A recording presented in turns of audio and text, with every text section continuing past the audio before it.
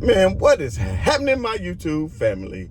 Of course, it is your boy B New. I'm coming at you on this Thursday. And first and foremost, as always, want to send out positive vibrations and blessings to anybody who could be listening. Now, with all that being said, wow, I must say that was a pretty good muscle memory because I haven't said that introduction in a while. I have been on a hiatus, and much like LeBron James, I've been enjoying my summer, but I felt the need, and I took a blackout from social media. That's why I've been gone for various reasons. But anyway, I felt the need to come at you guys and make another video and just talk about all the noise surrounding LeBron James and so many different things and different moves that the Lakers have made. I will be remiss if I did not come to you guys and just at least check in for a moment. So for those of you who haven't done so already, hit that like, hit that share, hit that subscribe if you haven't done that, because I'm back. But anyway, let me just start here with LeBron James. So it started off in the summer, in the beginning of the summer, when LeBron James chose to opt in to his contract.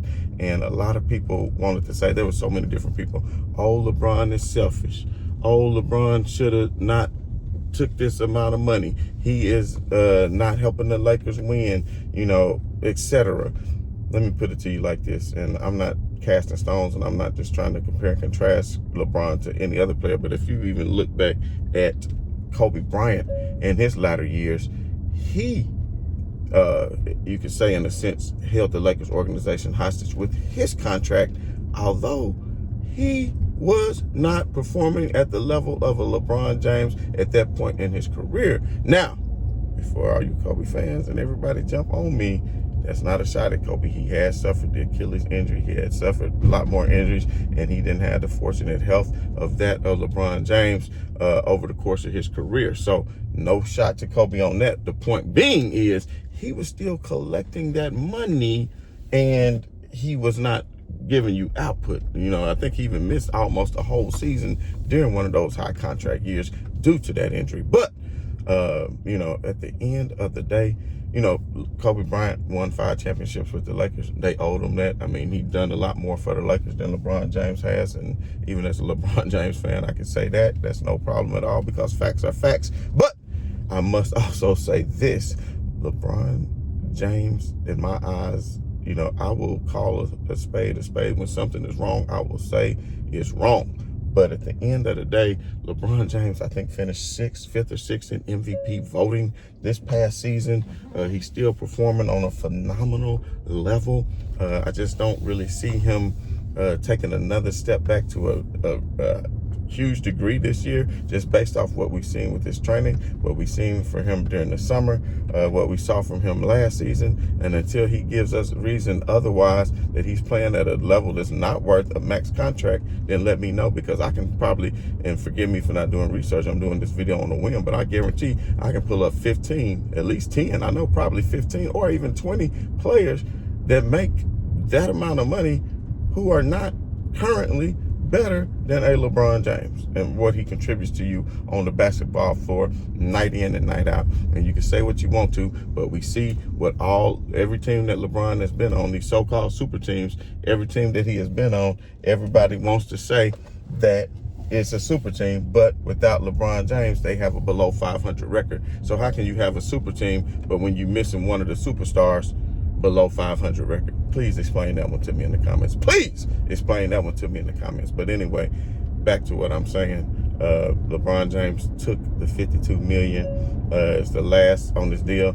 Typically, LeBron James, opts out of his contract and then signs another 2-year deal, granting him, just leisure just granting him the benefit of the doubt to go to another team if he so feels it at the end of his career, not to be tied anywhere, because he had wanted to play with Bronny. Maybe he does want to play with Bryce if Bryce does well this year and then he comes out next year. So maybe that could be in the back of his mind before he hangs it up. He wants to play with both his sons. Who knows? But at the end of the day, the reason why he didn't opt out it probably is because, for one, the Lakers probably weren't willing to give him the maximum amount of money, the $52 million or $53 million or whatever it was a year. So he said, oh, I might as well take that, because if I opt out, why stay with the same team? Because I feel he truly still wants to be in Los Angeles. His home, both his homes are there. His businesses are there.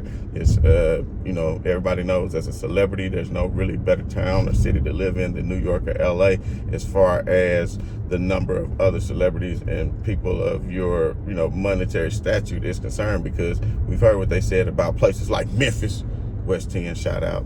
But anyway, we heard what they said about places like that and how players don't want to come play. So he's in that perfect situation of where he is, where he really wants to be successful and where he probably wants to finish his career.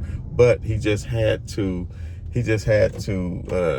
basically opt in so he can make sure he got that $52 million, because if he opted out, and he was going to stay with the Lakers anyway, they probably would have signed him maybe to a 2-year deal, and maybe they were only willing to give him $25 million a year or $30 million a year, if that. And maybe that did cause a little bit of dismay from LeBron James, because he's used to having everything his way. So maybe it ruffled his feathers a little bit. But the Lakers are thinking smart as an organization, because let's face it, facts are facts. He going into year number 23, something that's unprecedented, something that no other player has ever done throughout the history of the great NBA/and ABA. So, I mean, he's a renowned world-class athlete, just continuing to do things that no other has been able to do, or could even get to the pinnacle of. So with that said, I can see why he opted into the contract. It just made more sense, because he only has 1 year left, and then let's just say things do go awry, he can still go choose and be an unrestricted free agent next year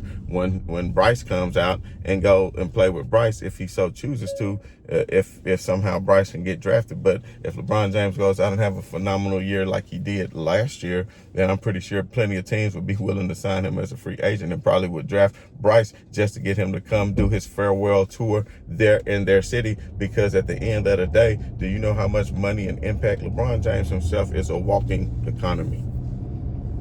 Let me say that again for you haters. LeBron James is a walking economy.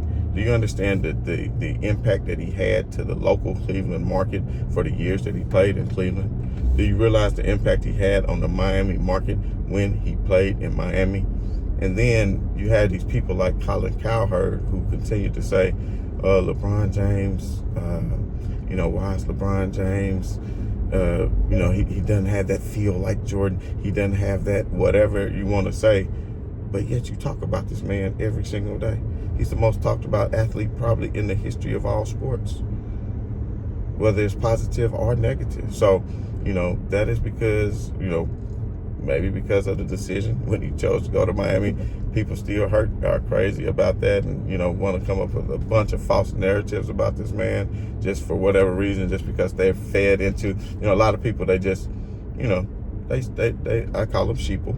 They are fed and believe what they are fed, and ultimately, that is what they believe and what they follow. But I won't go into all that. But at the end of the day, I just had to chime in on that. And also, I want to chime in quickly, and I will make another video because I'm going to have to run out here for a second. But on the signings of the Los Angeles Lakers, I didn't have a chance to talk about the pickup of a DeAndre Aiden or that of Marcus Smart. I will make another separate video for that, but I think those are good signings, and I think the Lakers are in good shape, because although they did get eliminated in the first round, they got out coached. JJ Redick was a rookie coach, but they were out personneled as well, because they didn't have anything for Rudy Gobert. They didn't have anything any size whatsoever. They had no center. That's no knock on Jackson Hayes. He can play with small center lineup plays. He's great lob threat. He can play defense with smaller centers. But when you get into the likes of a Rudy Gobert, Karl Anthony Towns, some of these, Joel Embiid's, Jokic's, some of these larger centers, the Lakers would be in a lot of trouble. So that's why I didn't really think they would advance far unless the matchups fell right for them, and they did not. So with that said, I think LeBron James is perfect with Luka and Austin Reeves. Austin Reeves, who was dealing with a toe injury throughout their playoffs and didn't look like himself. And I was wondering what was wrong with Austin. But that, facts are facts. He was dealing with that. And I expect Austin to have a breakout year, because he turned down a contract and he wants to get more money. So he's going to go out and do his thing and do everything within his power to help the Lakers win a championship. And with Luka Dončić, LeBron James had no problem deferring to Luka Dončić. They made made it work with just playing 17 or 18 games together, and they were still above 500 in the games that they all played in together. So, and that was without a center. So now you add a DeAndre Aiden, now you add a Marcus Smart, who is a much better defender. Now, Vincent can come off the bench. You can have Marcus Smart, you can have Austin Reeves, you can have LeBron James, and you can have DeAndre Aiden and Luka Dončić all in the starting lineup.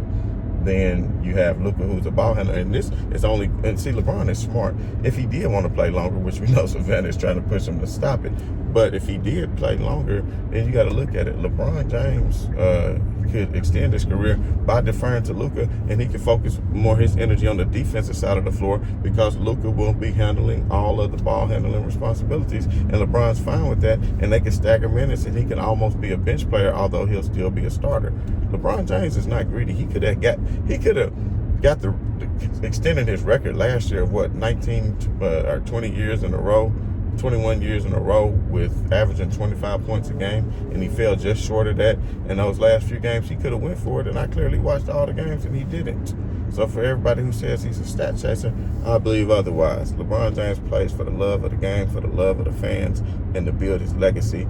And you know, while he's walking his 16-bedroom, his 8-bedroom, 16-bathroom mansion is soon to be complete. And I think there's a lot of people that hate that man for that, man. Just let him live his life. You know, be happy for people. When you're happy for others, then good and positive things will come to you. But when you hating on others, you wonder why negative energy comes towards you. But with that being said, man, I'm going to come at y'all with another video soon. But this is your boy B New. I'm screaming right on to the real, and much love to these haters. I'm out.